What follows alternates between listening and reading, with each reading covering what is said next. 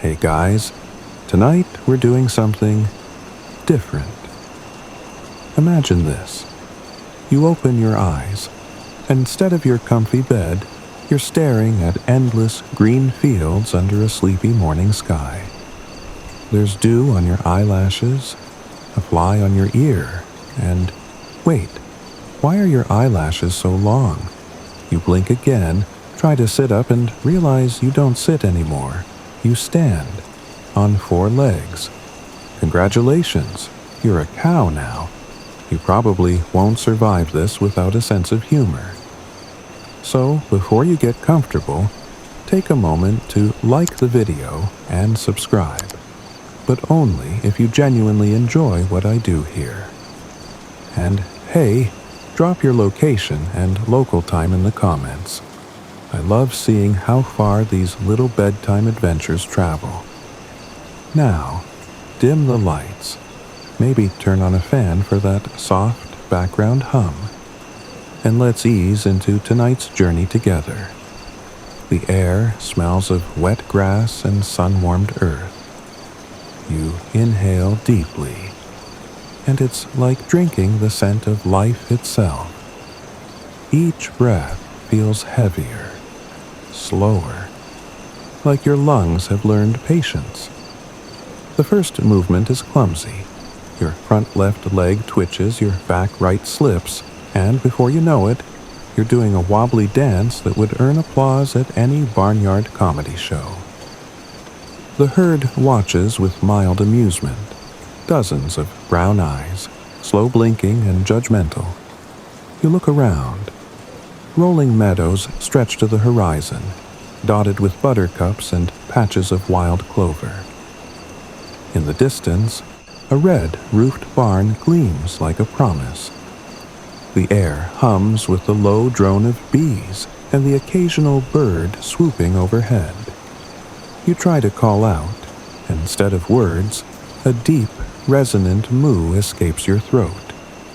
It vibrates through your chest like a bass note played on an ancient instrument. Somewhere nearby, another cow answers. A gentle call that says, "You'll get used to it." As you take your first steps, you feel the earth differently. Every hoof sinks slightly into the damp soil, pressing down on centuries of forgotten footsteps. Cows have been walking this path for thousands of years, since the first herds were tamed in Mesopotamia around 8000 BCE. Historians still argue whether humans domesticated cows for milk, meat, or companionship first. Either way, you're standing in the legacy of that choice. The sun climbs higher, warming your hide. You flick your tail instinctively, chasing off an adventurous fly. It is surprisingly satisfying. The herd grazes quietly, each cow lost in its rhythm of chew, chew, swallow. You lower your head and try it yourself. Grass never tasted this good. Sweet, earthy, and alive. You realize each mouthful carries sunlight transformed into flavor. A curious calf wanders up to you, its large eyes like melted caramel. It nudges your leg, expecting milk, and you nearly topple over again. The mother gives you a stern look, the kind that says, "Rookie mistake." You learn quickly that cows have a hierarchy, a silent understanding of who gets the best grass patches and who stands near the fence for shade. You, newcomer that you are, get neither. Still, there's something tranquil about this slow rhythm. Time seems to stretch. You're not checking your phone, not worrying about emails or rent or anything remotely human. You're just existing, perfectly synchronized with the pace of the planet. Above you, a hawk circles lazily. Somewhere beyond the hills, a tractor rumbles, a mechanical heartbeat in the distance. You wonder if the farmer knows you used to be human, or if to him, You're just another gentle-eyed creature blending into the herd. You begin to notice details you never paid attention to before. The temperature difference between sunlit and shaded grass, the low hum of bees bouncing between dandelions, the faint vibration of your own heartbeat when you stand still. The world feels magnified, simpler but deeper. You try walking again, slowly this time, and the movement feels smoother, like your body has accepted its new blueprint. There's an odd grace to being this large and unhurried. You can see over the smaller shrubs, smell the change in the wind before it arrives. For a fleeting moment, you feel powerful, not in a human way, but in a primal, quiet sense of belonging. And yet, a sliver of your old self stirs. You wonder how long you'll be here. Will you ever speak again? Do cows dream of their past lives, or just chew their cud and let the world spin? Historians still argue whether ancient peoples believed animals had souls. In Egypt, cows were sacred to Hathor, goddess of joy and motherhood. Maybe, just maybe, you've stumbled into a sacred role of your own. As the sun dips lower, the meadow shifts into shades of honey and rose. The herd gathers, a soft, murmuring sea of brown and white. You stand among them, a little less afraid now, a little more part of the rhythm. A cricket begins its evening song, and a frog croaks from the pond near the fence. You yawn, yes, cows can yawn, and lower yourself to the grass.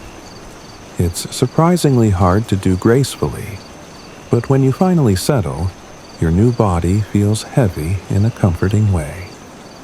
The sky fades into twilight, stars pricking the edges of the horizon. You close your eyes, listening to the chorus of night, the gentle breathing of the herd, the rustle of wind through tall grass, the faint hum of life continuing without hurry. For the first time in a long time, you don't need to think. You just are. Morning returns like a soft drumbeat. Dew glistening on blades of grass, a pale mist curling low over the pasture. You blink awake, feel the weight of your head, and remember, you're still a cow. Not a dream, not some passing nightmare. Just you. 4 sturdy legs, a surprisingly expressive tail, and a new appreciation for how heavy a head can feel when it's full of cud instead of coffee. You rise slowly, hooves pressing into the cool soil. Every movement feels deliberate, as if gravity itself enjoys watching you wobble. The rest of the herd is already awake, grazing lazily. A few glance up as if to say, "Morning, rookie." You moo a greeting, low and awkward, like a trombone warming up in an empty hall. To your left, an older cow with a patch of white on her forehead gives a deep, resonant reply. You realize, this is how cows talk. Each moo has tone and rhythm. Some are sharp and urgent, others soft and patient. A recent study even showed that cows recognize each other's voices, something historians still debate as a sign of emotional intelligence in domesticated animals. You wonder if your new voice has already been cataloged in their memory. Ah, yes, that's the nervous one who can't chew quietly. You start walking toward the water trough, finding your balance with surprising speed. 4 legs might feel awkward to a human mind, but to your new body, it's second nature. The trick, you learn, is rhythm. Front, back, front, back. Once you find it, The sway of your gait feels like a slow, steady dance. The breeze brushes your hide, cool and comforting, and your tail flicks automatically when a fly gets too familiar. As you walk, you pass a group of calves clustered near the fence. They play by headbutting gently, practicing the strength they'll need later. You can't help but smile internally, though on the outside, it just looks like chewing. The world feels innocent here. Time doesn't rush. You can almost hear it grazing with you. You take your first drink from the trough. The water is cold, deliciously so. Each sip ripples down your throat with a quiet gurgle. A sparrow hops nearby, its reflection trembling on the surface. You lower your head, and for a brief moment, your eyes meet its tiny, curious ones. The sparrow chirps as if laughing at your sheer size. You'd laugh too if your vocal cords weren't built for mooing. Somewhere across the field, a bell rings. It's faint, but the herd reacts instantly. They start moving toward the barn in slow, synchronized unison. You follow, unsure why, but the pull of routine feels instinctive. As you walk, the sun rises higher, turning the mist to gold.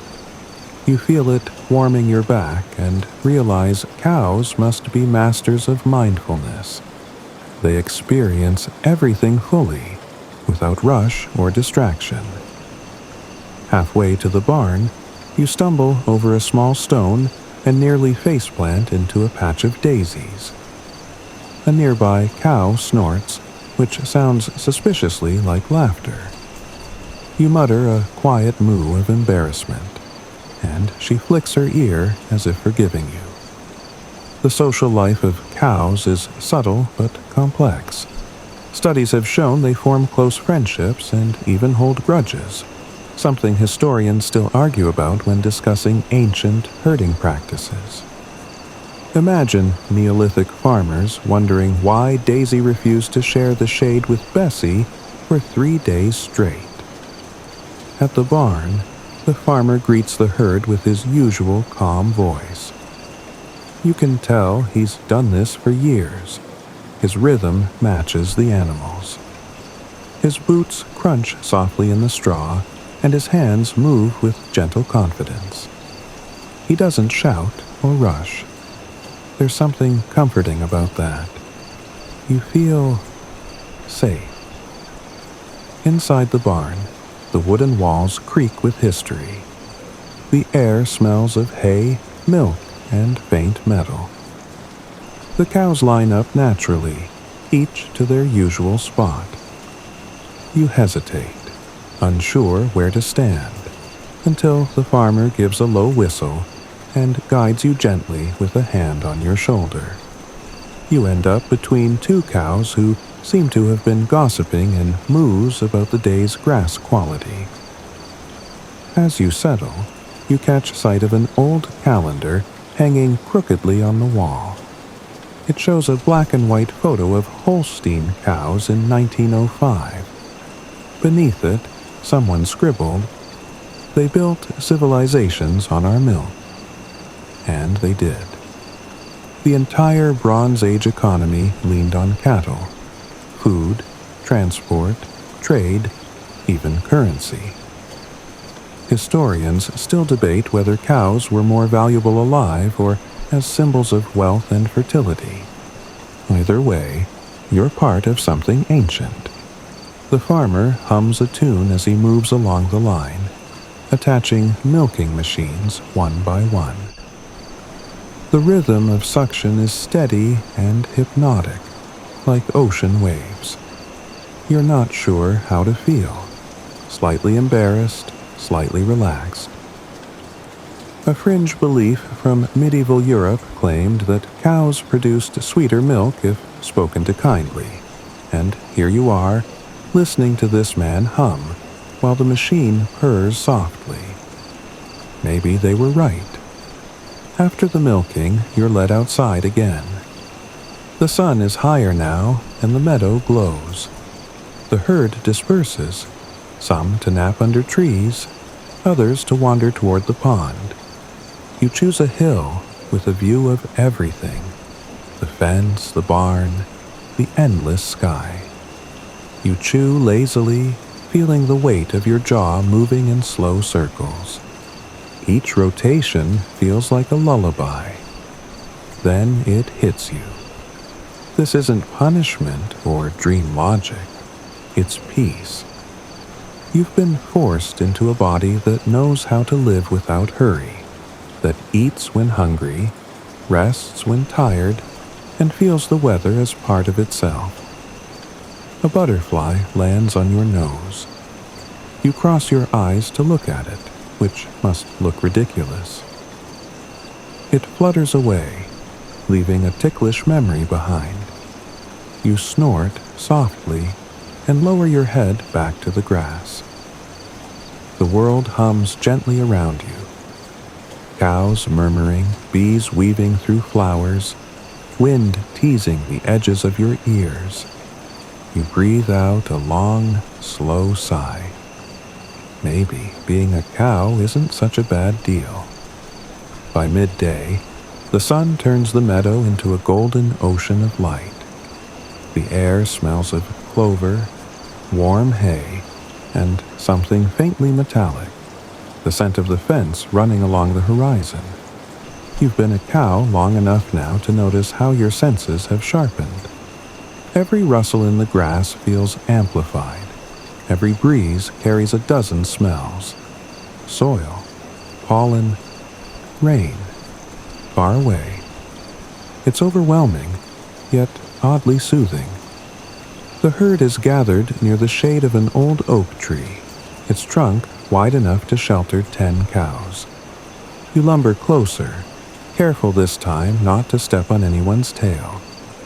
They shift and shuffle, making space in the unspoken order of things. Yes, there's definitely an order.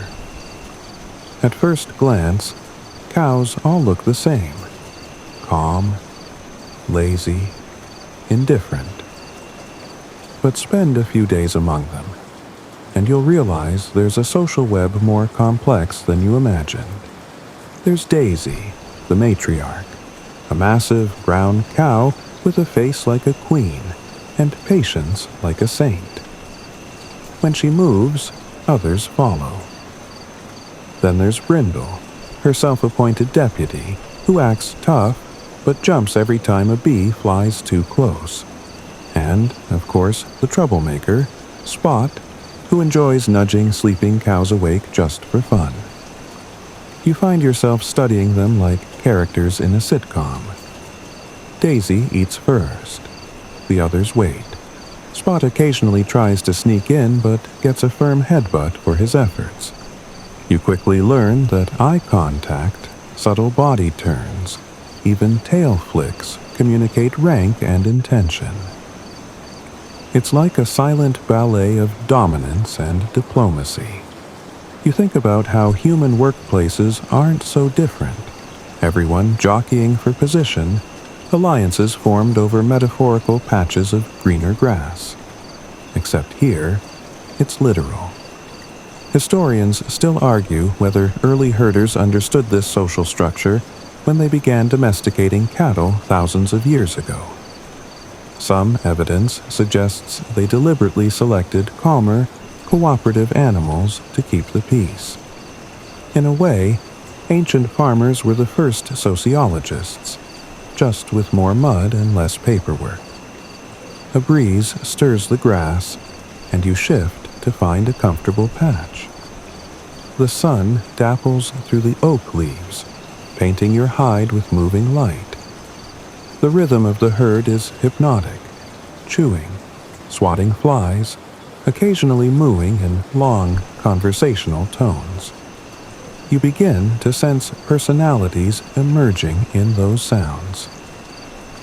The lazy drawl of contentment, the sharp bark of annoyance, the low rumble of warning. Suddenly, there's a commotion. Spot has decided that Daisy's patch of grass looks particularly delicious. He edges closer, pretending not to notice her glare. Daisy lowers her massive head, horns gleaming faintly in the sun, and lets out a low, authoritative moo.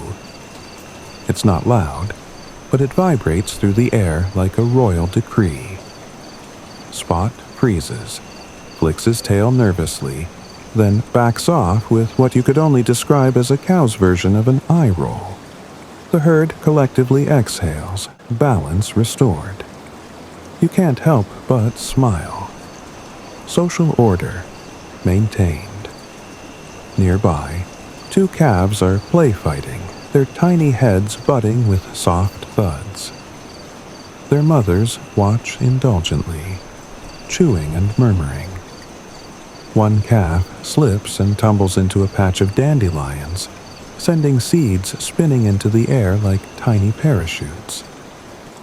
You sneeze, a deep, rumbling snort that startles the smaller one.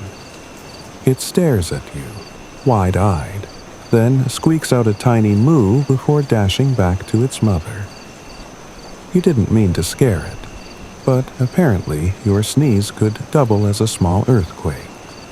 Somewhere in the distance, a bell rings from the farmhouse.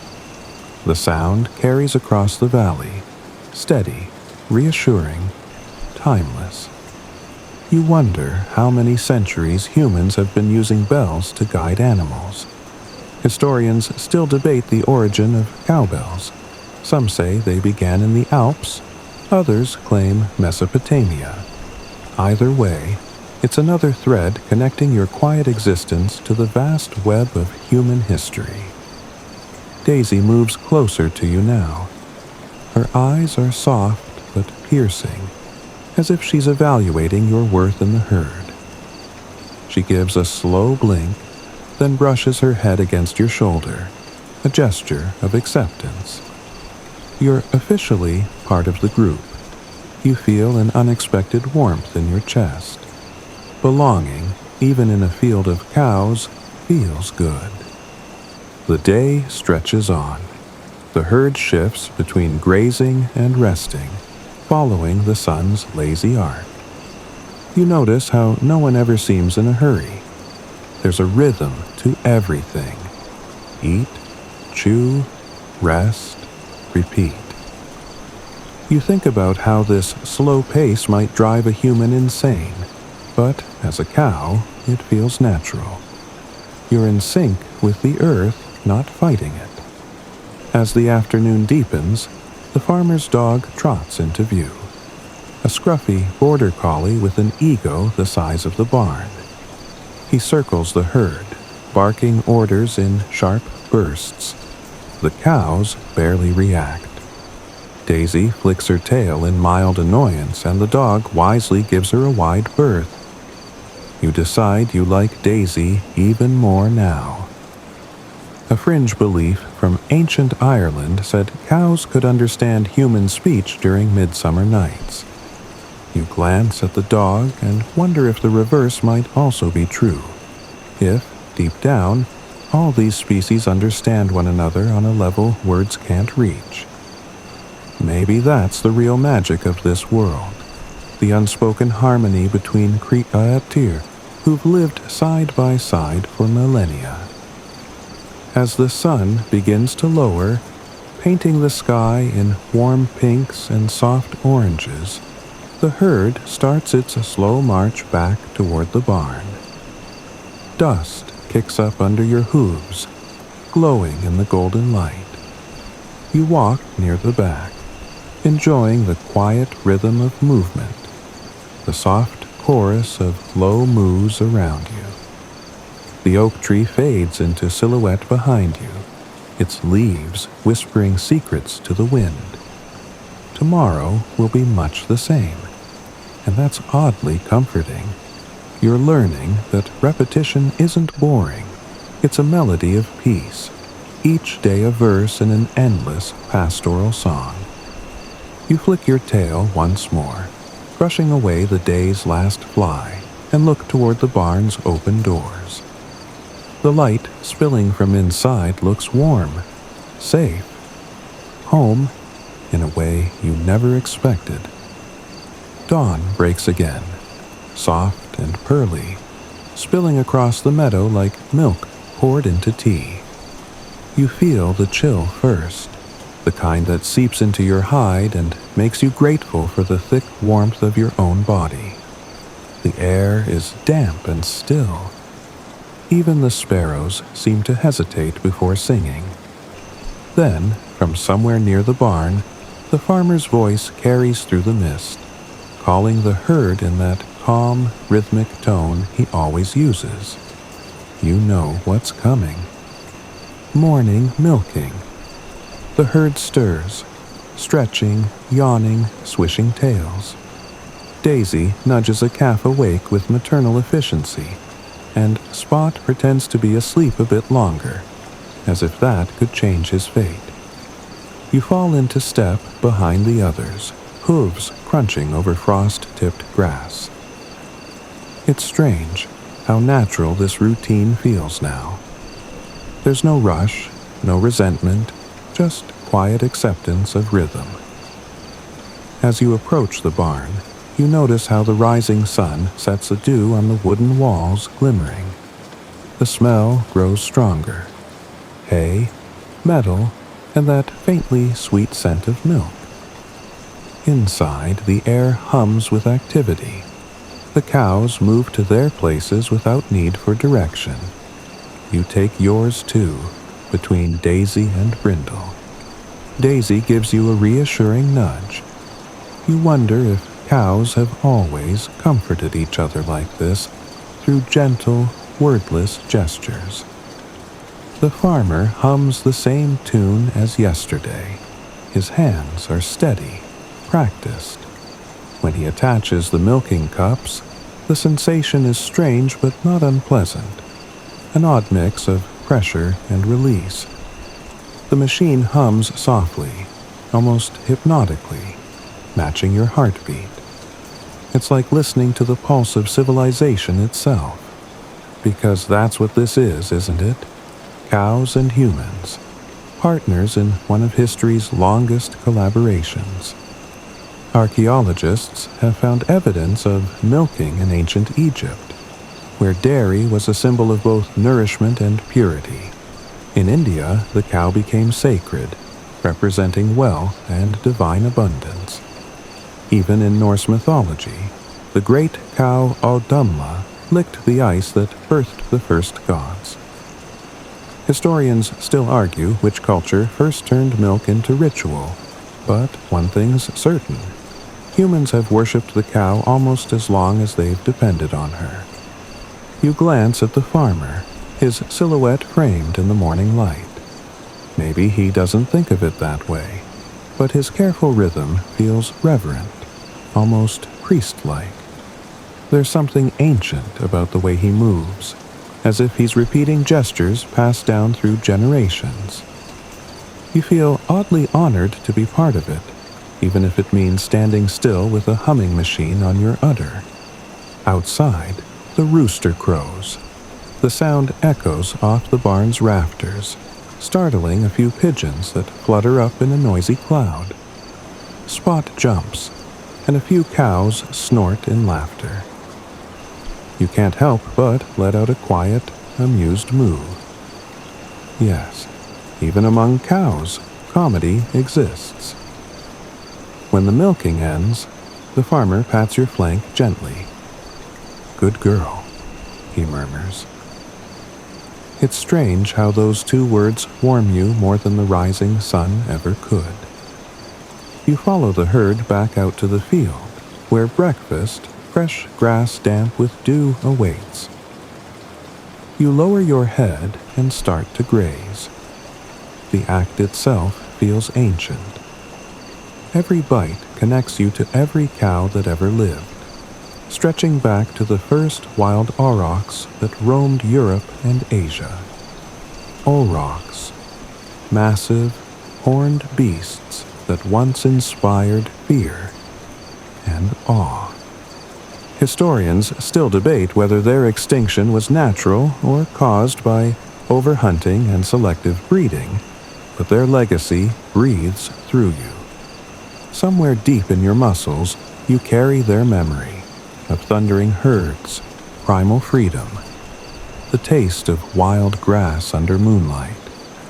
You close your eyes, imagining that strength pulsing within you. The herd around you fades into a steady, peaceful hum. The chewing, the sighing, the low moos, it's all part of a grand symphony of survival. The sun climbs higher, and the barn becomes a silhouette against the light. The farmer walks toward the farmhouse, bucket swinging from one hand, steam rising from the fresh milk. You watch him go, wondering if he knows that history lives quietly inside this daily ritual, that each morning milking is both a necessity and a prayer. A fringe story floats back to you from some corner of memory. In medieval Europe, people once believed that fairies or witches could steal milk by whispering spells to cows. They'd tie blue ribbons around the animal's horns for protection, or leave out bread soaked in honey as a peace offering to the unseen. You flick your tail, amused by the image of a farmer trying to reason with invisible milk thieves. You take another mouthful of grass. The flavor is different now, warmer, sweeter. Maybe it's the sunlight. Maybe it's the simple satisfaction of having purpose. The herd spreads across the field again, every cow in her favorite spot. A few sparrows land near your hooves, pecking at seeds. You lower your massive head to watch them. They don't seem afraid.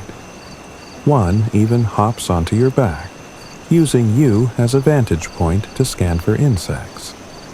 You let it stay. Somehow, the tiny weight feels comforting. The world has its own balance, and you've become part of it. You realize that for all of human history, cows have been witnesses, silent observers of empires rising and falling. They've stood in fields while kings plotted wars. They've pulled plows that fed civilizations. And they've offered milk to babies who'd one day build cities. Maybe, in some way, you're more connected to the flow of time as a cow than you ever were as a human. The day passes in gentle cycles.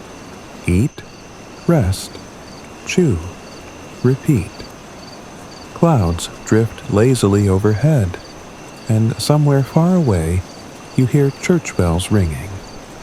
The sound seems to blend with the faint clatter of the farmer's tools, like two worlds sharing the same song. You settle under the oak tree again, the grass cool beneath you. The herd rests nearby, content, safe. You close your eyes, listening to the wind through leaves that sound like whispers of gratitude. And for the first time, you think maybe this isn't a punishment or transformation at all. Maybe it's a return to something the world forgot. The next morning, you notice something you haven't before. The fence. It stretches along the far edge of the meadow, a weathered line of wooden posts and rusted wire dividing your world from whatever lies beyond. You've seen it every day, of course, but today it pulls at your attention like a secret whispered by the wind.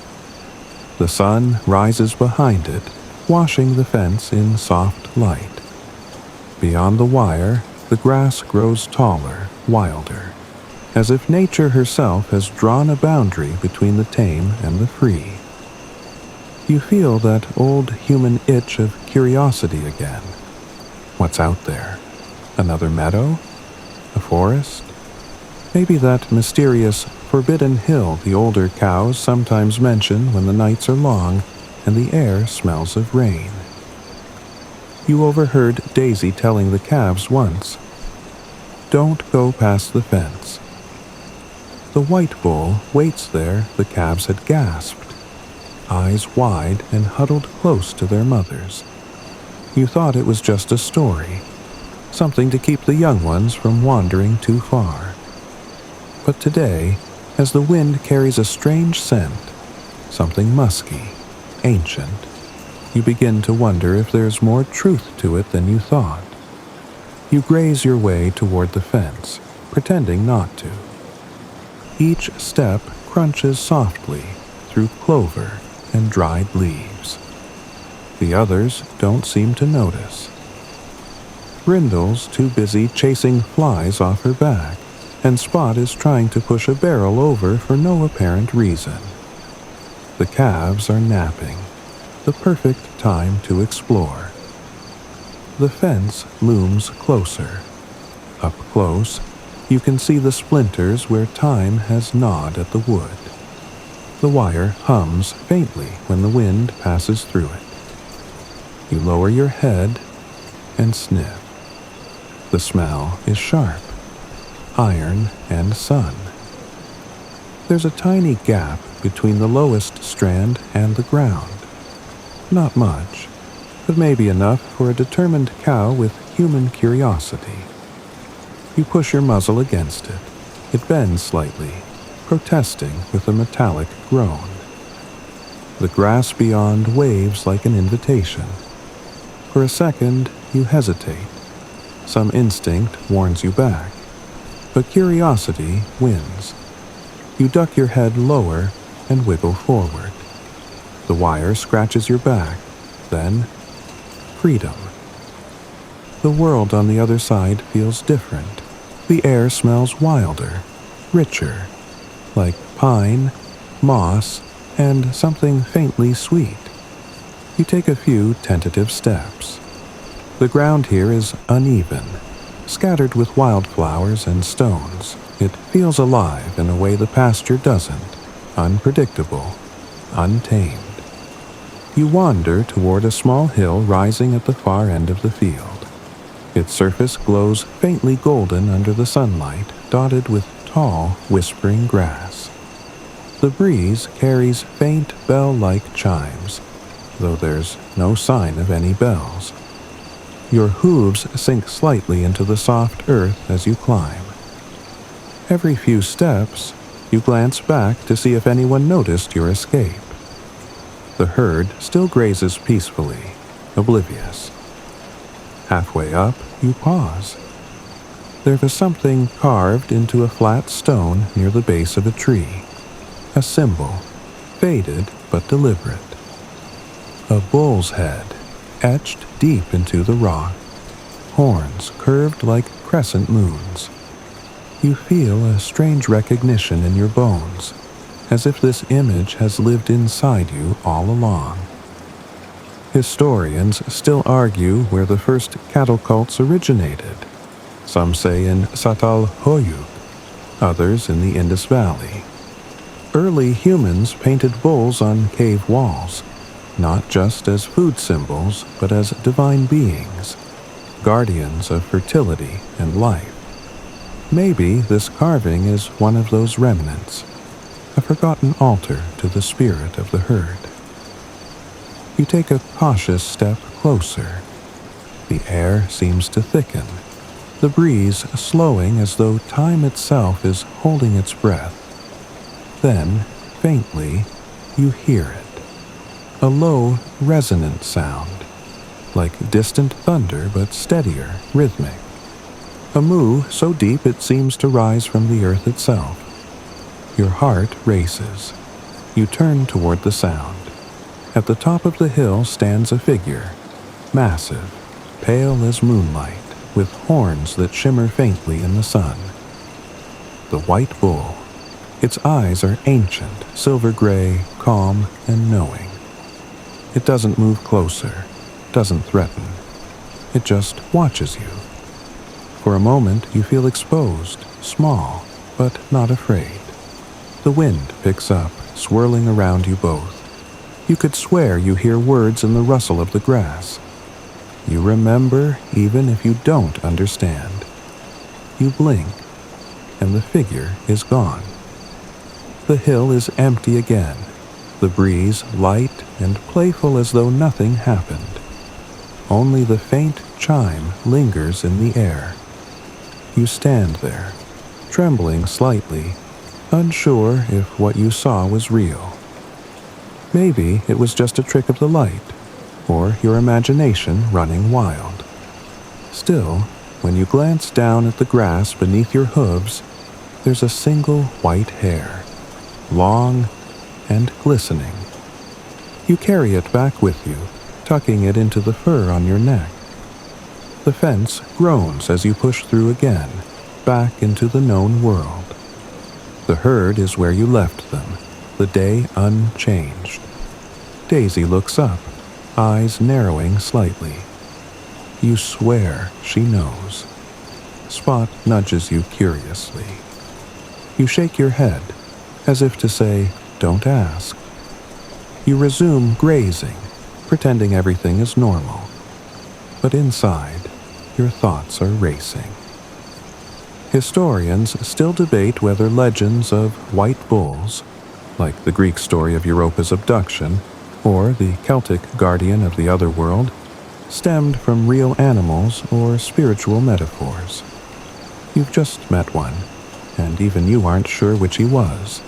The sun slides lower in the sky, and shadows stretch long across the meadow. You feel a strange peace mixed with awe.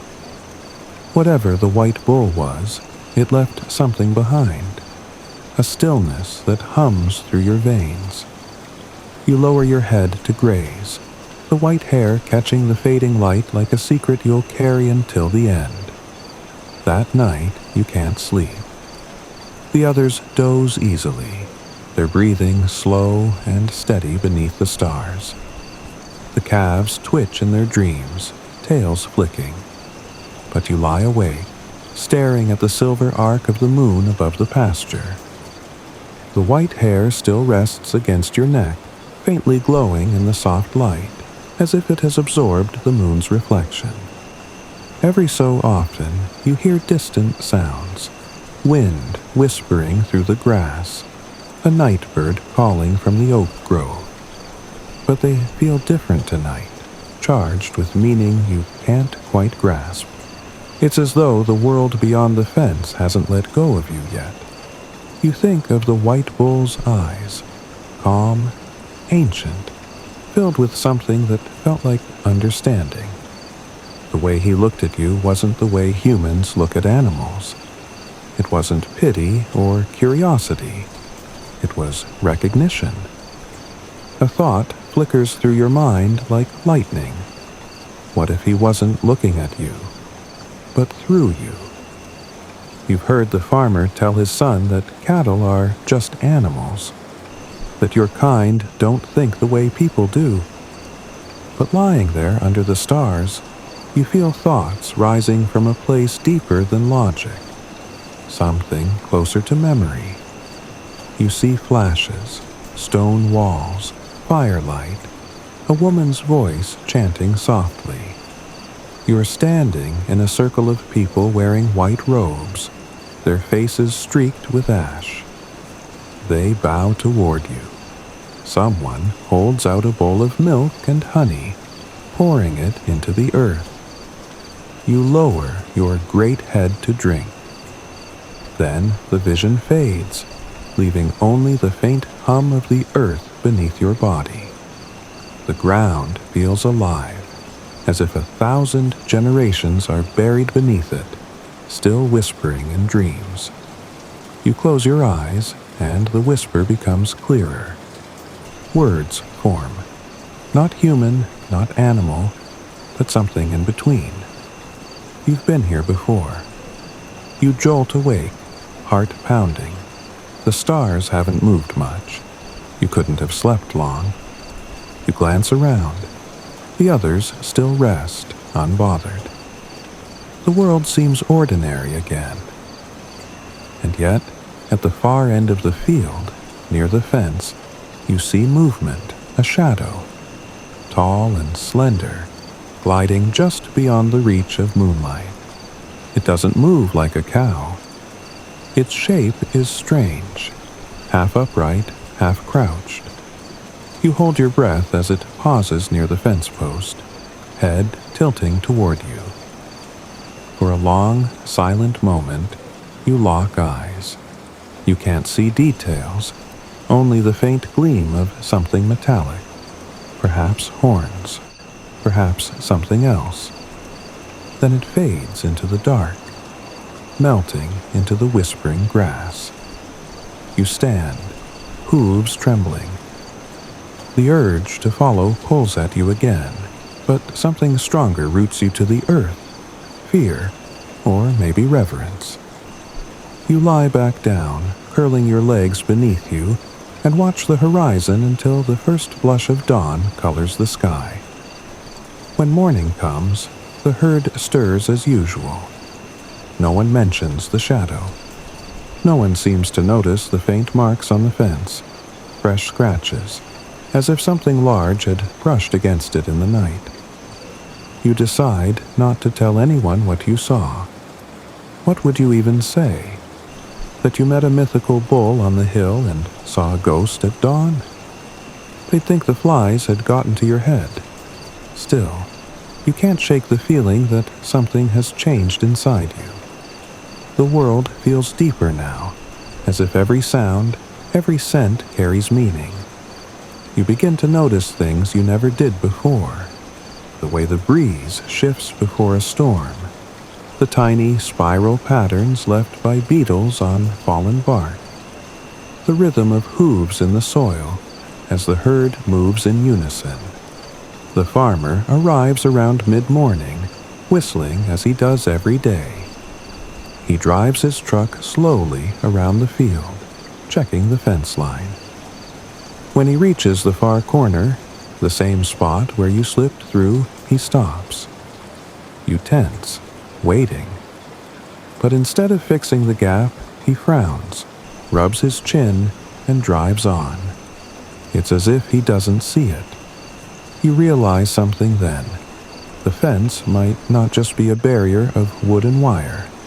Maybe it's something else. Something that separates not just pastures, but realities. Some can see through it. Most cannot. As the sun rises higher, you wander to the oak grove at the edge of the field. The trees there are ancient, their trunks wide and twisted, roots sprawling like veins across the earth. You find a patch of soft moss and lie down. The air is cool and rich with the scent of damp soil. Sunlight filters through the leaves, casting shifting patterns on your hide.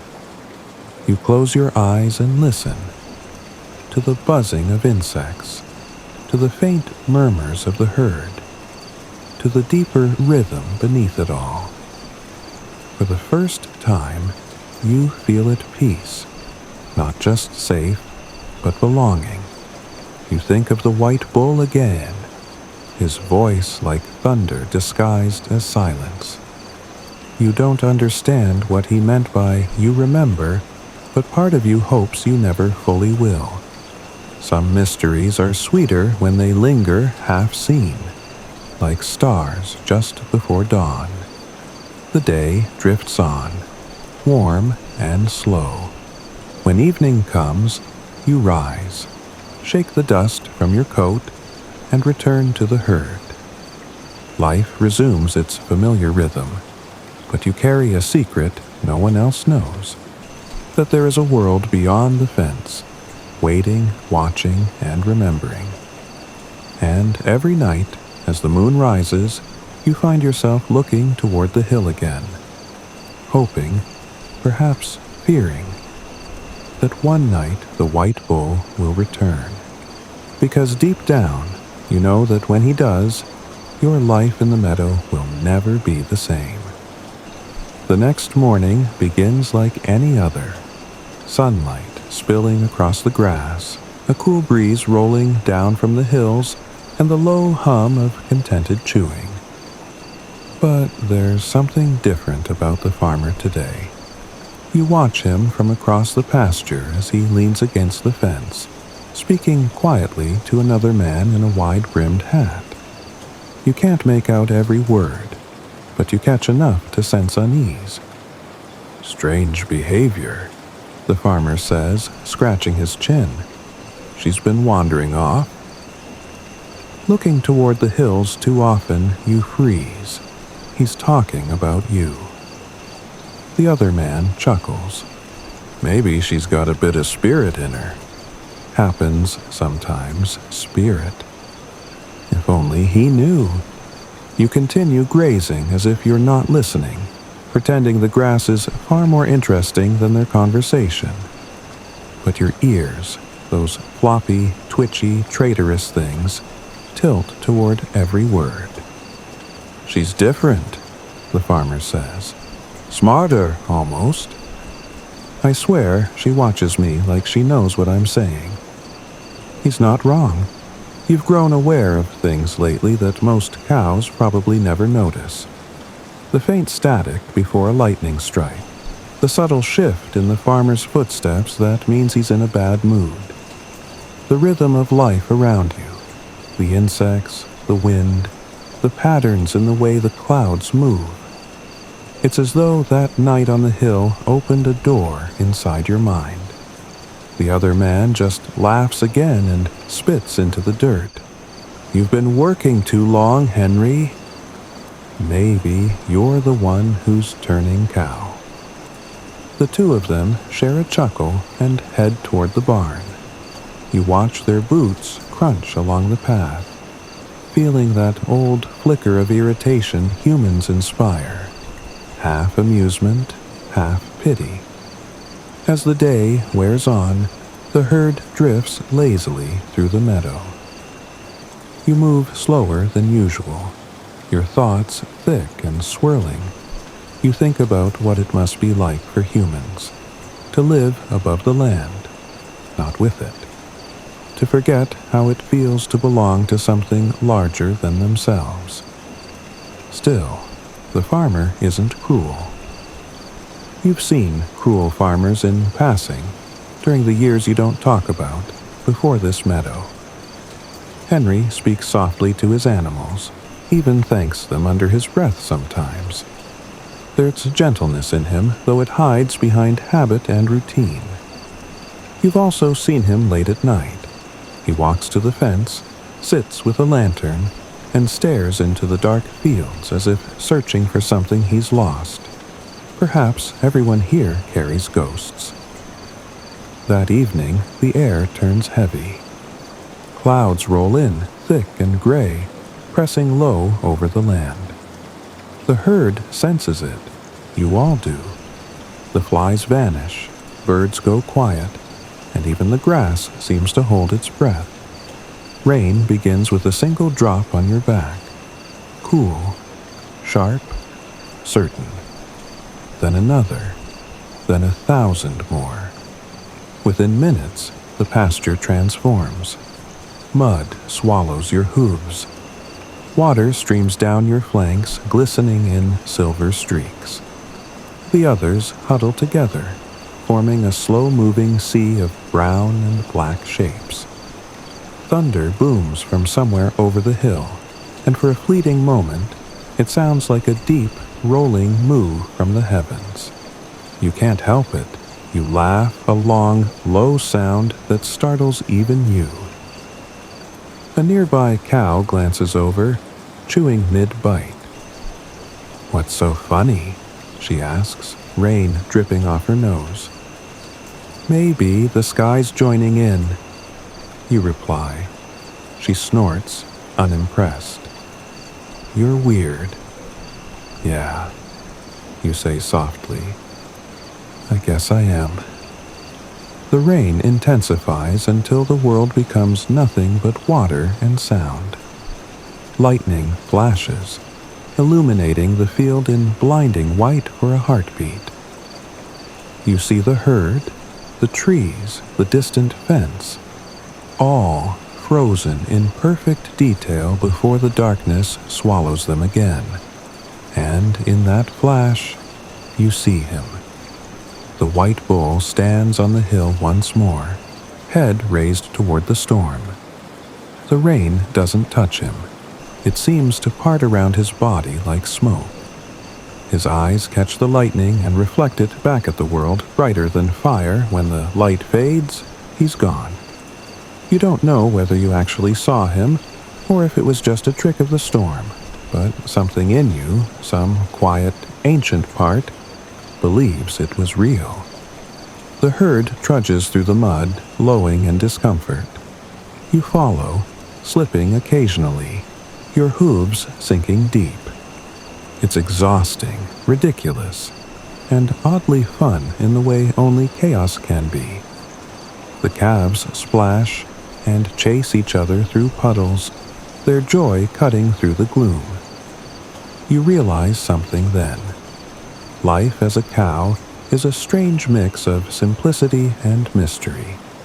You live by the sun, the rain, the grass, and yet there's magic in all of it. An invisible thread connecting every sound and scent to something vast and eternal.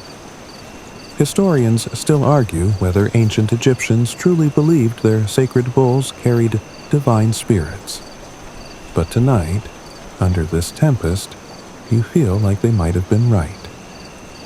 By the time the rain stops, the world smells of wet soil and renewal. Steam rises from the earth in thin curls, blurring the horizon. The farmer comes out with his lantern again, sloshing through puddles to check on everyone. You watch him pause near you, his face half lit, half shadow. "You okay there, girl?" he murmurs, brushing rain from your side. "You've got that look again." You blink at him slowly, breathing out a long, calm sigh. He chuckles, shaking his head. "Yeah, you're fine. Just thinking too much." When he walks away, you glance back toward the hill. The storm clouds are breaking apart, revealing stars that shimmer like wet stones. For a heartbeat, you swear you see a white figure among them, horns curved, gaze steady, patient as time. You lower your head, not in fear, but in quiet understanding. The night is vast, the meadow endless, and your heart, though simple, feels full of something eternal. The storm leaves the world washed clean. The next evening, when the sky finally clears, twilight falls soft and velvety across the meadow. Crickets hum in chorus. Frogs croak from the ditch beyond the fence, and the air carries that damp sweetness only found after heavy rain. You wander a little away from the herd, drawn by flickers of light dancing over the grass. Fireflies, hundreds of them, maybe thousands, blink and weave through the dark. The entire field seems to breathe with their glow. You stand still, captivated. The tiny lights drift close enough to brush against your muzzle, their glow pulsing like small, patient hearts. You exhale gently, and they swirl around you, unafraid.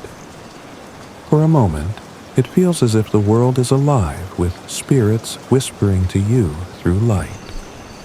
Somewhere in the back of your mind, you remember something, a human memory maybe, or a cow's dream, of people once believing that fireflies were the souls of the dead, returning for a visit on warm summer nights. Historians still argue whether that belief began in Japan, China, or ancient Greece. You just know it feels true. You lie down in the damp grass and watch the lights flicker above you, blinking in secret codes no one's ever fully decoded. You imagine them as fragments of old lives. Farmers, queens, shepherds, poets, all reduced to tiny beacons drifting through the night. Maybe some of them once milked cows like you. Maybe some of them were cows. The thought makes you chuckle softly. Reincarnation must be one confusing lottery, you murmur. The herd, scattered nearby, chews lazily, indifferent to the glowing spectacle. A calf stumbles by, fascinated by the lights, and tries to eat one. It vanishes between his teeth, and he sneezes in surprise. You laugh, a low, rolling sound, and he glares at you, embarrassed. As the night deepens, the meadow transforms into something out of a painting. The puddles from the storm reflect both the stars and the fireflies, so that the ground itself seems to shimmer. You feel unspended between two skies, the one above, endless and distant, and the one below, rippling and alive. You start thinking about all the myths surrounding cows, how they've walked beside humanity for millennia, appearing in every story about creation, fertility, and the cosmos. In India, they're sacred. In Egypt, they were linked to Hathor, goddess of joy and motherhood. Even the Greeks told of Io, a woman transformed into a cow by Zeus himself. Poor Io. You'd like to think she eventually found peace grazing somewhere quiet, far away from divine drama. Maybe you and I aren't so different, Io, you whisper to the night, just trying to make sense of it all. The breeze shifts, carrying the faint scent of clover and distant rain. You close your eyes, letting the sounds of the night sink into you. The crickets, the soft rustle of grass, the rhythmic chewing of the herd. It's hypnotic, almost musical. You think about the farmer again. Earlier today, he'd left a new salt lick by the oak tree, and you'd watched him linger afterward, staring at the sunset with a strange expression. It wasn't sadness exactly, more like longing. You wonder if he ever feels trapped, fenced in by his routines the way you're fenced by the pasture. Maybe the real difference between humans and cows isn't intelligence or power, it's how easily they forget that they're animals too. You remember hearing him tell his son, "Cows don't dream." You want to laugh at that. Oh, if only he knew. You dream all the time. Sometimes of running under strange constellations, sometimes of endless green fields, sometimes of the white bull whose eyes hold the weight of galaxies. The fireflies begin to thin as the air cools. You stretch out, legs tucked under, and rest your chin against the earth. The ground feels warm from the day's sun, breathing faint heat into your skin. You feel safe here, safer than you ever did as a human. There's no clock ticking, no pressure, no noise, but life itself. You think about how human civilizations once revolved around creatures like you. Without cows, there would have been no steady milk, no leather for armor, no plows to turn the soil. Historians say domestication began over 10,000 years ago, somewhere between modern-day Turkey and Pakistan. But no one agrees on which came first, the need for food or the bond of trust. You like to think it was trust. A firefly lands gently on your nose, glowing softly. You cross your eyes, trying to look at it, which must make you look ridiculous, but that's fine. You breathe out slowly, and it lifts away, rejoining the swirling lights. "Good night, little ancestor," you whisper. In the distance, the herd murmurs softly as they settle in for sleep. The stars glimmer overhead, infinite and indifferent, yet tonight they feel almost close enough to touch. You drift between wakefulness and dreams, the way all cows do, half aware, half floating. In your dream, the fireflies rise higher and higher until they become stars again, ascending to rejoin the heavens. You see the white bull standing among them, his horns aglow like crescent moons. He nods toward you once, slow and solemn, and the stars around him ripple like water. When you wake, dawn is brushing pink over the horizon.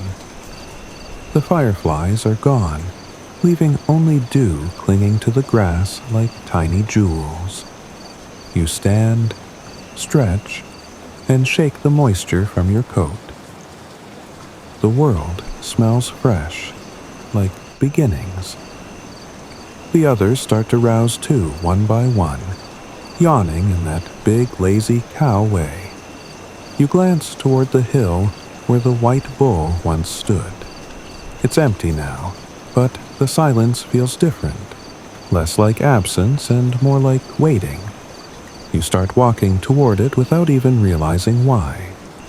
Maybe it's curiosity, maybe it's destiny, or maybe you're just following the faint echo of something ancient calling your name across the morning light. The grass is still slick with dew as you wander toward the far side of the field, where the earth dips slightly before rising again in a gentle slope. The herd remains behind, half asleep, their breaths fogging faintly in the cool air. You move slowly, each step making a soft squish in the damp soil. At the base of the slope, something catches your hoof, a dull metallic sound, half buried under mud. You lower your head, nose twitching, and brush away the dirt with the flat of your muzzle. What you uncover is a small bell, crusted with rust and tangled in old grass roots. It's not like the new ones the farmer hangs on calves. This one is older, much older. Its shape is uneven, hand-forged, its surface engraved with faint markings that time has almost erased. You nudge it again, and it lets out the faintest jingle, more like a sigh than a sound. A strange shiver runs through you. It feels familiar. You glance around. The others are too far away to notice. The world is silent except for the faint hum of morning insects and a distant crow calling from the oak grove. The sun is rising, golden light pooling through mist, and everything seems suspended in that soft, waking glow. You lower your head again and touch the bell gently with your nose. The moment you do, something flickers through your mind, images not your own. You see a young woman kneeling beside a river, washing a bell just like this one. Her hands are cracked from labor, but her movements are reverent. Behind her stands a cow, white, enormous, with calm eyes full of patience. The woman whispers something you can't hear and ties the bell around the cow's neck with a strand of braided grass. Then the image fades, leaving you trembling slightly, as though your hooves are buried in centuries instead of mud. Maybe I'm losing it, you mutter under your breath, though the thought of talking to yourself as a cow makes you laugh. Still, there's something undeniably ancient about this field. You think back to what you've overheard from the farmer's son, how this land used to belong to an old monastery centuries ago. Supposedly, monks once kept sacred cattle here, feeding and tending to them with songs and rituals lost to time. Historians still argue whether those monks truly worshipped the animals or simply respected them as symbols of divine patience. You look down at the bell again. Maybe this belonged to one of those holy cows. maybe that's why it called to you. You pick it up carefully in your mouth. It tastes of iron and rain, and carry it to a nearby patch of dry earth. There, you dig with your hoof until the soil softens, and you bury it again, pressing it gently beneath the surface, not as a rejection, but as a return, a gesture of respect. The moment you cover it, a breeze sweeps through the field, carrying a scent that makes your heart ache, a mix of hay, wildflowers, and something you can't name. It feels like memory, like home. For the rest of the day, you feel different, lighter somehow. The world seems more vivid. The hum of bees vibrates through your bones. The sunlight on your back feels almost like language, like the earth itself is whispering something you used to understand. When you rejoin the herd, an older cow glances at you. "You went wandering again," she says with a low grunt. "I found something," you reply. "Another patch of clover?" "No," you say softly, "something older than clover." She eyes you for a moment, then goes back to chewing. "You think too much for a cow." "Maybe that's my curse. Or maybe it's your gift." That night, as the sky melts into violet and the stars appear one by one, you dream again. You stand in the same field, but everything is different. The grass taller, the trees smaller, the world quieter. Bells chime softly all around, tied to the necks of dozens of cows grazing peacefully under the moon. A line of robed figures moves slowly through the mist, chanting words that sound like wind. The white bull appears among them, leading the procession. He glances at you once, and his eyes gleam like reflected lightning. "You remember now," he says in a voice that's both thunder and lullaby. You want to answer, but when you try, the sound that comes out is the faint, melodic ringing of a bell. You wake to the soft gray of dawn. The field is ordinary again, the air cool and still. But in the distance, you can hear a faint chime, one single note, rising and fading with the wind. You know it can't be real. The bell is buried, the past long gone, and yet the sound lingers. It follows you as you graze, as you drink from the trough, as you stand under the oak tree watching clouds drift by. You start to think maybe it's not a sound at all, but something internal, a heartbeat echoing from another life. Later that morning, the farmer's son runs through the field, waving a stick like a sword. He stops when he sees you and grins. "Hey, big girl," he says, reaching out to pat your side. "You're my favorite." You blink at him slowly, warmth spreading through your chest. There's something pure about children. They look at you and see a friend, not food, not property. The boy looks toward the hills. "Dad says we might sell this land one day," he says absently. "Build something new." The idea hits you like cold rain. Sell the land? Replace the meadow with something human, sharp, permanent?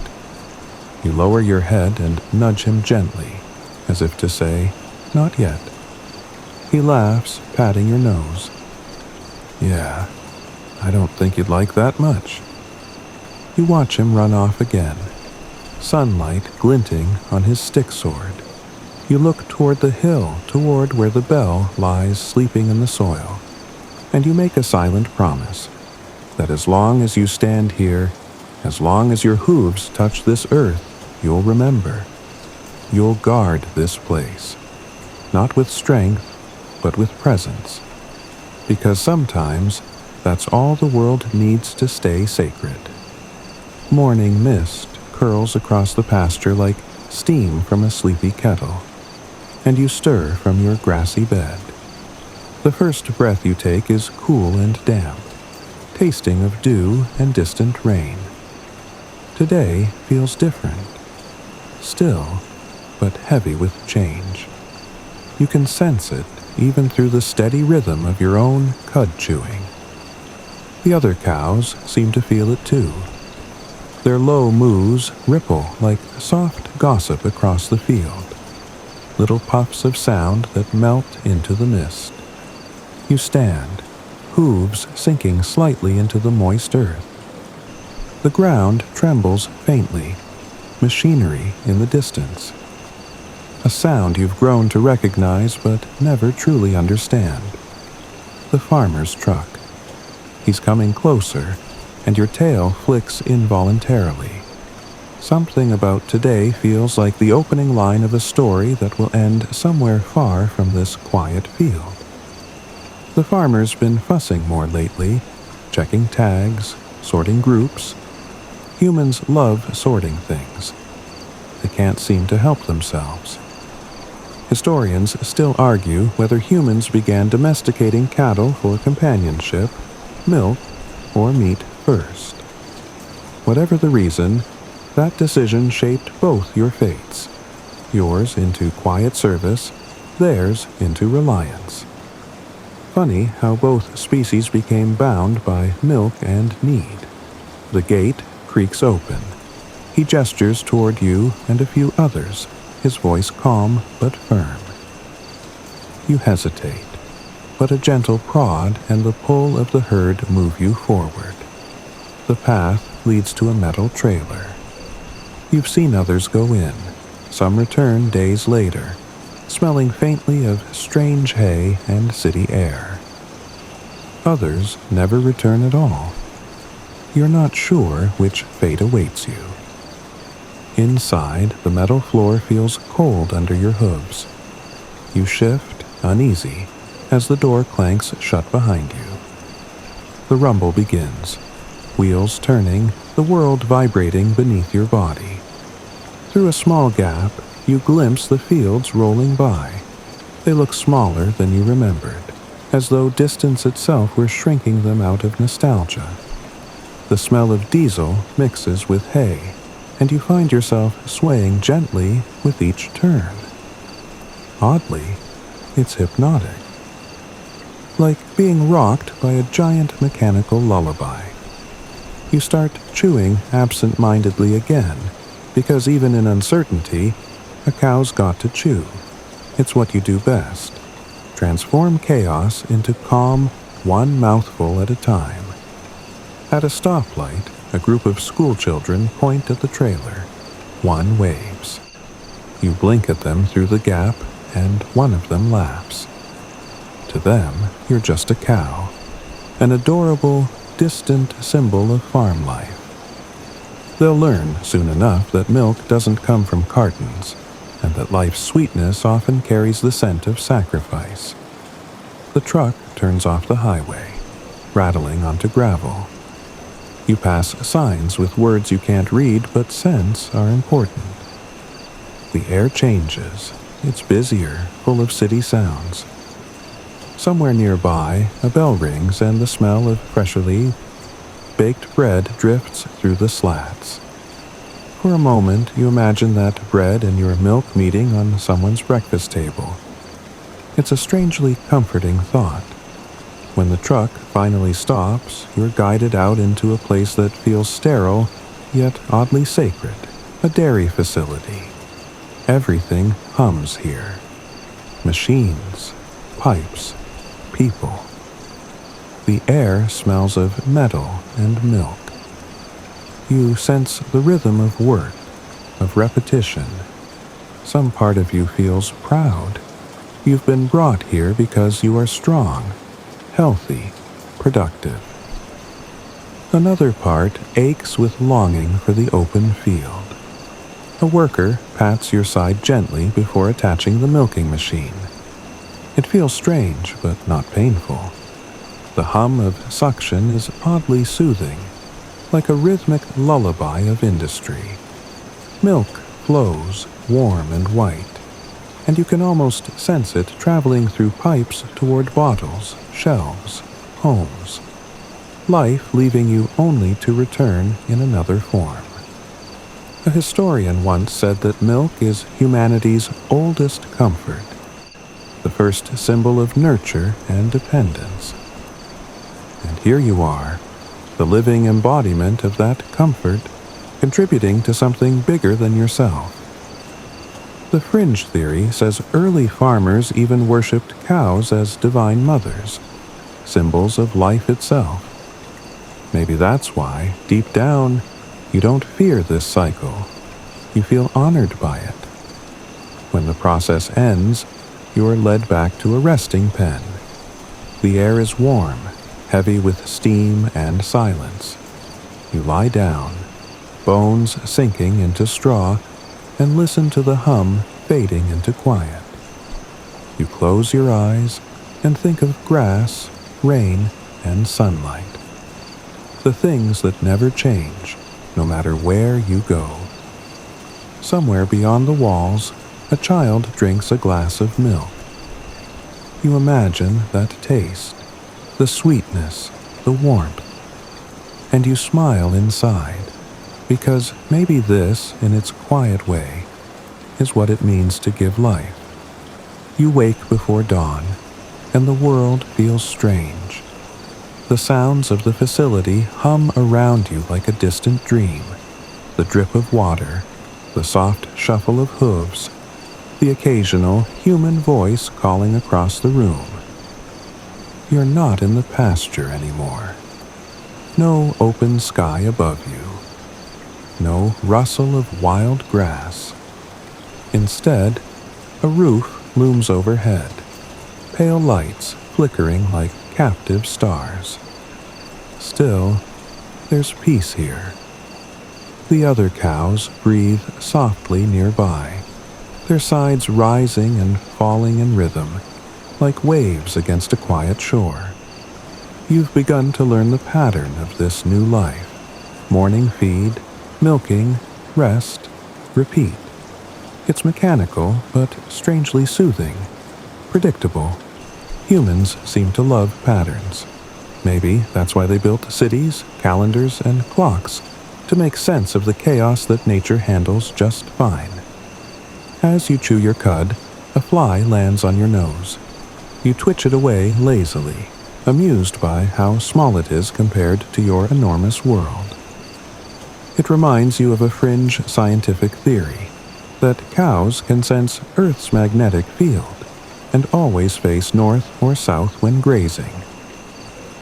Historians still argue whether this is instinct or coincidence, but if it's true, you'd say it's comforting. Even in chaos, your body knows where to stand. A worker walks by, humming softly. You've grown to recognize her voice. She always hums old songs, human melodies that drift through the air like lullabies for creatures who can't sing back. She pats your neck gently, muttering something about the good girl. You don't know the words, but you understand the tone. Kindness doesn't need translation. Later, as the day stretches on, you're led to a different part of the facility. There's a low vibration beneath your hooves, the hum of something large and unseen. The air smells of oil and grain. You're curious but calm. Curiosity, after all, is what's kept you alive through every strange transition. You remember the first time you ever saw rain, how you panicked at the thunder, thinking the sky itself was cracking open. Now, storms feel like music. The same happens here. Every noise becomes part of a rhythm, and eventually it stops feeling foreign. Humans call this adaptation, but for you, it's just trust. The world changes, and you move with it. When the evening comes, the lights dim to a golden hue, and the noise settles into silence. You watch as the workers leave. locking the doors behind them. For the first time, you realize how much they depend on you. Without you and your kind, entire routines of their civilization would crumble.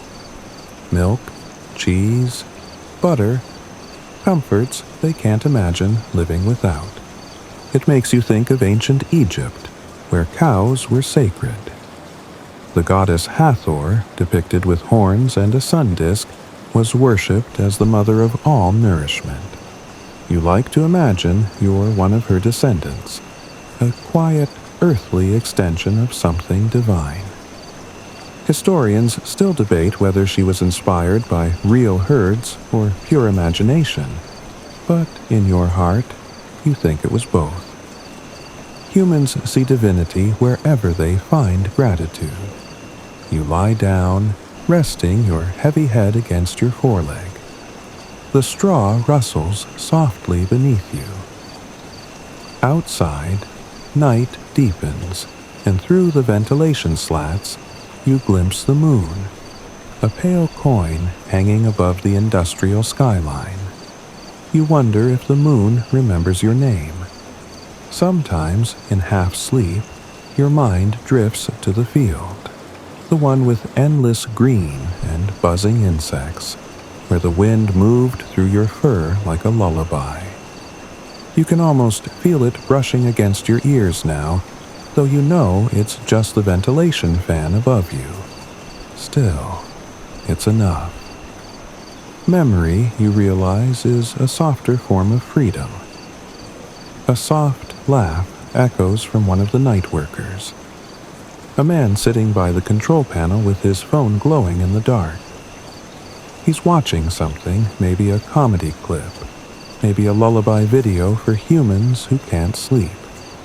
You find it funny that even creatures who built the world need help resting. You, on the other hand, need only straw and silence.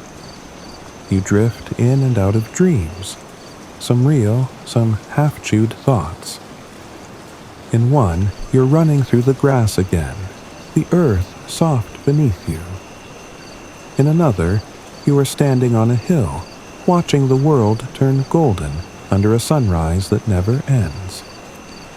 You feel both ancient and newborn, sacred and simple. When you wake, it's still night. Rain begins to fall outside, tapping against the roof like fingers drumming softly. You close your eyes again and listen. Somewhere, in the rhythm of the droplets, you hear a truth older than time. That peace isn't found in open fields or steel barns, it's found in stillness, in the quiet acceptance of what is. You take a deep breath, and for a fleeting moment, the air tastes like grass again. The next morning arrives wrapped in golden mist. The air feels different, softer somehow, as though the world itself is holding its breath. You blink away the last bits of sleep and rise slowly, your joints creaking like old wooden gates. Around you, the herd stirs to life, each cow a living heartbeat in the quiet rhythm of dawn. You're led out into the open yard for the first time in weeks. The sunlight strikes your back, warm and familiar, and for a moment, you simply stand there, eyes half closed, letting it sink into your skin. The earth beneath your hooves is cool and damp, and you can smell the grass, real grass, beyond the fence. The farmer opens the gate, and suddenly you're walking again, following the others toward the pasture. The moment your hooves touch the soft green, something stirs deep inside you. You lower your head and tear at the grass, chewing slowly, savoring every taste. It's not just food, it's memory. Every blade whispers stories of childhood, freedom, and the sweet simplicity of the earth itself. In that moment, you realize something strange. You've changed.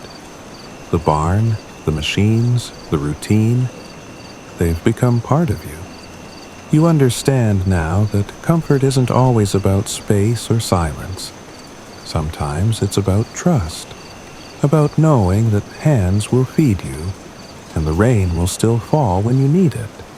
A small flock of white birds lands nearby, pecking at insects around your hooves. They seem fearless, hopping close as if you're just another part of the landscape. You blink at them lazily.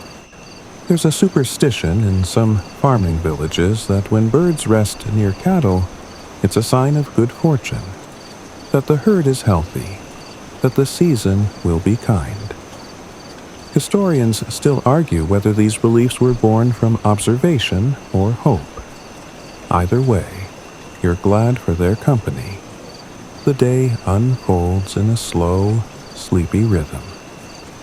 Sunlight warms your back. A breeze carries the scent of wildflowers, and distant hills shimmer under the haze. You wander to the edge of the field where a wooden fence separates your world from the unknown. Beyond it, cars rush by, metal beasts roaring and vanishing into the horizon. You tilt your head curiously, wondering where they all go in such a hurry. Somewhere in that endless road lies the line between nature and progress, a line humans have been crossing for thousands of years. The oldest cave paintings in Europe, over 17,000 years old, show cattle drawn beside people, suggesting that your kind has been part of their imagination since the dawn of art itself. You can't help but feel a small, quiet pride in that thought. To be drawn, remembered, worshipped. What more could any creature ask for? As afternoon melts into dusk, the farmer returns with his truck. He leans against the fence, watching you all graze in the fading light. His face is calm, touched by something like nostalgia. Maybe he grew up with cows like you. Maybe, as a child, he whispered secrets to them when no one was listening. People always return to what soothes them, and sometimes that's just the sound of slow chewing in a field. He throws a handful of salt licks near the water trough. You wander over, tongue flicking across the surface. The sharp, mineral taste wakes you up in the most satisfying way. You glance at the horizon. The sun's half buried behind the hills, and clouds burn pink and gold. It's a painter's moment, the kind humans capture in photographs and poems, while you simply exist inside it. A fringe ecological theory says cows can predict weather changes through subtle air pressure shifts. When you gather in groups facing the same direction, storms often follow.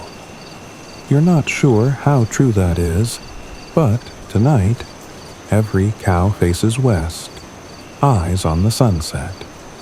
Maybe instinct knows things science hasn't caught up to yet. The light fades completely, leaving behind a dusky blue calm. Crickets begin their steady chorus, and a few fireflies blink across the field, tiny lanterns drifting through the dark. You lie down, the grass cool beneath your belly, and sigh deeply. The stars emerge one by one, scattered like spilled milk across the sky.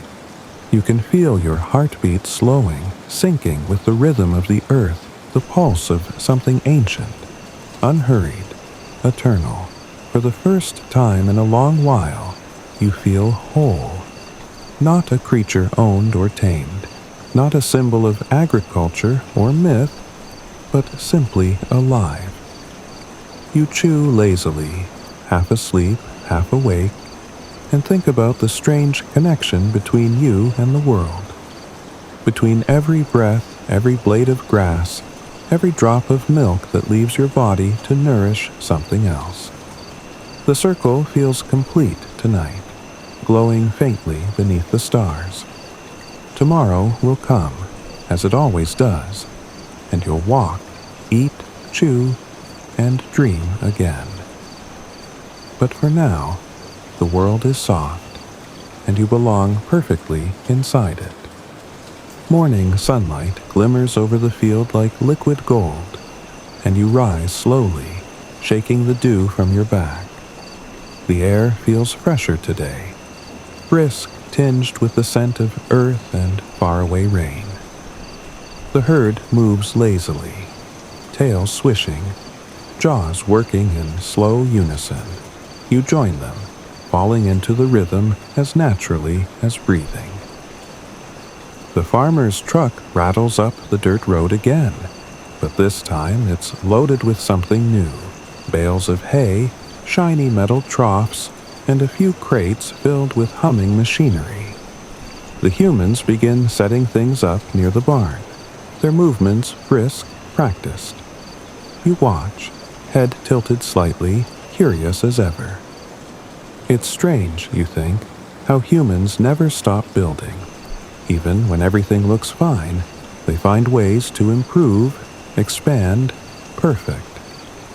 A historian once said that humanity's greatest gift and curse is its refusal to stay still. They built pyramids for the dead, cities on rivers, satellites in the sky, and barns for cows like you. You find the thought oddly comforting. You and their ambition are both timeless things. A new sound joins the morning breeze, a rhythmic thump, like distant drums. You turn toward the horizon and see something shimmering. The neighboring fields are being plowed, rich soil turned under the sun. The smell reaches you, dark and alive, full of promise. It's the scent of growth, of beginnings.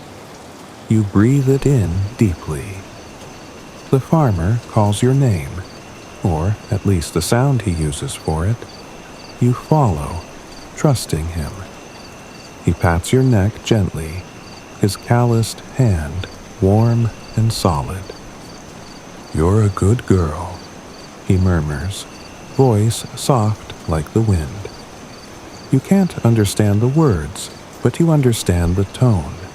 It's gratitude. He leads you to the shade where he's setting up a small milking machine powered by solar panels. You blink at the glittering surface. It catches the sunlight like water. The machine hums quietly, almost like it's alive. A fringe environmental theory says that cows, through methane and soil impact, have shaped the planet's climate more than most wild species. Historians still argue whether humans tamed you for survival, or if, in a way, you tamed them, teaching them patience, rhythm, and the art of care. The machine's hum feels soothing. You close your eyes as milk begins to flow, the soft suction syncing with your heartbeat. The air around you glows faintly golden, dust motes dancing like tiny fairies in the sunlight. Time seems to stretch and dissolve until all that exists is this moment. Steady, warm, eternal. When it's over, you step back and shake your head, a gentle, bell-like sound ringing from your collar. You feel lighter. The farmer laughs softly, giving you a scratch behind the ear before returning to his work. You wander off toward the trees, where shadows ripple across the grass. Beneath the branches, the air feels cooler, thick with the scent of pine and damp bark. You lie down and close your eyes, listening to the quiet symphony of the field, buzzing insects, distant tractor hums, and the faint rush of wind through leaves. The world feels balanced again. You think of the stories humans tell about cows, the sacred herds of India, where cattle roam freely as symbols of life. The celestial cow in Norse mythology, Audhumla, who fed the first god with her milk. Even the golden calf in the Bible, a reminder of devotion misplaced. So many cultures, so many meanings, yet all pointing to the same truth. Cows are bridges between survival and spirituality. A fringe scholar once wrote that ancient people saw cows not just as animals, but as walking metaphors for abundance. Slow, steady beings who turned sunlight and grass into nourishment. You like that thought. It makes you feel less ordinary, more eternal. The afternoon passes softly. You drift in and out of dreams, of running freely across endless plains, of lying under stars that stretch forever. When you wake, a light drizzle has begun to fall. Raindrops tickle your back, and you tilt your face upward, letting them slide down your muzzle. The smell of wet earth fills the air. Sweet, clean, alive. You think about how humans sometimes rush to avoid rain, but for you, it's a lullaby. The gentle tapping, the cool sensation, it's nature's way of saying, rest now, the world is taking care of itself. As twilight deepens, you see the farmer standing near the fence, his silhouette dark against the pink horizon. He's quiet, watching the sky, lost in thought. Maybe he's remembering his own beginnings, the way you remember the meadow of your youth. For a moment, it feels like both of you are part of something much larger, a rhythm that's been playing for thousands of years. The rain slows to a mist, and fireflies begin to sparkle again. You stand still, surrounded by light, your reflection glimmering in every droplet on your fur. The night hums with peace, and you think, perhaps for the first time, that this gentle existence, this endless cycle, isn't just life. It's grace. The next morning comes quietly, soft light spilling through clouds like a shy apology from the sun. The world feels slower today, as though time itself has taken a long, deep breath. You stretch, hooves pressing into the moist grass, and lift your head to greet the dawn. The air is cool, almost silvery, filled with the faint scent of clover and rain-washed soil. You wander toward the pond at the edge of the pasture. Its surface mirrors the sky so perfectly that for a moment you can't tell which side is up. Ripples glide outward as you lower your muzzle to drink, your reflection shivering across the water. You pause.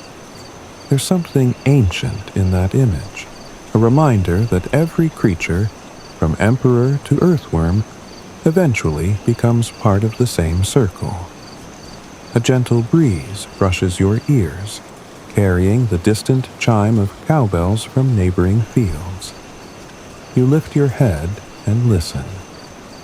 The sound is melodic, timeless, like an echo from centuries past. In medieval Europe, farmers used bells not just to find their cattle, but also to ward off evil spirits. Historians still argue whether the bells were practical tools or spiritual charms, but you like to think they were both.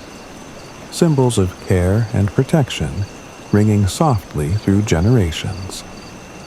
The farmer appears at the far end of the field, his figure small against the glowing sky. He's leaning on the fence, coffee mug in hand, steam curling upward. He waves, and you blink back slowly in reply. There's a comfort in that small exchange, a quiet understanding between species who've shared lifetimes together. Nearby, a young calf wobbles to its feet for the first time. You watch it take its first uncertain steps, guided by its mother's gentle nudge. The sight fills you with warmth so deep it feels like sunlight blooming inside your chest. You remember your own beginnings, tiny, trembling, unsure, and how the world felt impossibly large. Yet somehow you survived. You learned to stand, to chew, to trust. You lower your head and graze beside them. The calf's fur is soft and new, and its tiny moo sounds more like a squeak than a call. You lick its forehead, and it blinks up at you, eyes wide with wonder. You've become what older cows once were to you, steady, calm, part of the landscape itself. That realization makes you smile inside, in the quiet way only animals do. The day drifts forward. Bees hum lazily between wildflowers, and the sky turns a hazy blue. You lie down near the shade of a willow tree, tail flicking idly at the flies. Above you, leaves dance against the sunlight, scattering dapples across your back. You think of all the places you've been, the open fields, the barns, the trucks, the milking stations, and realize that every moment, even the strange ones, brought you here. A fringe zoological theory suggests that cows form emotional attachments not only to other cows, but to humans and even landscapes. Maybe that's why your heart feels so full now. You're not just part of a herd, you're part of the story of this land, of every sunrise and every drop of rain that's ever fallen here. In the distance, thunder rumbles softly, but it doesn't scare you. Storms have always been your lullabies, reminders that even the sky must release its burden sometimes. The wind shifts, brushing cool fingers through the grass, and the smell of rain grows stronger. You close your eyes and let your mind drift. You see flashes of memory. The farmer's kind hand, the hum of the milking machine, the laughter of children at the fence, the golden fields stretching forever. You realize that life, in its quiet simplicity, has given you everything. Safety, rhythm, meaning. And as the first raindrops fall again, soft and warm against your fur, you let out a slow, deep breath. The world is alive, breathing with you, and you know without words, without reason, that you are home.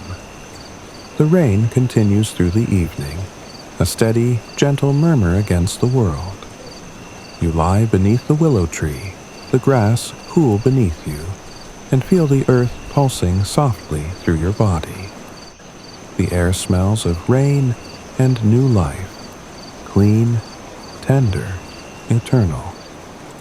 Each drop becomes a whisper, tapping a rhythm that slows your thoughts, quiets your heart. The herd is gathered nearby, soft silhouettes in the dim light, their breaths rising and falling like the tide. The farmer's house glows faintly in the distance, its windows warm and golden against the dark. You listen to everything: the wind, the rain, the distant chirp of crickets, and feel yourself sink deeper into calm. Your body relaxes, muscles loosening, eyelids growing heavy. The world no longer rushes or hums. It simply exists, steady and kind. You think about how long the bond between humans and cows has lasted. Thousands of years of shared mornings, shared work, shared peace. It's a connection woven quietly through time, as ancient and gentle as the rain itself.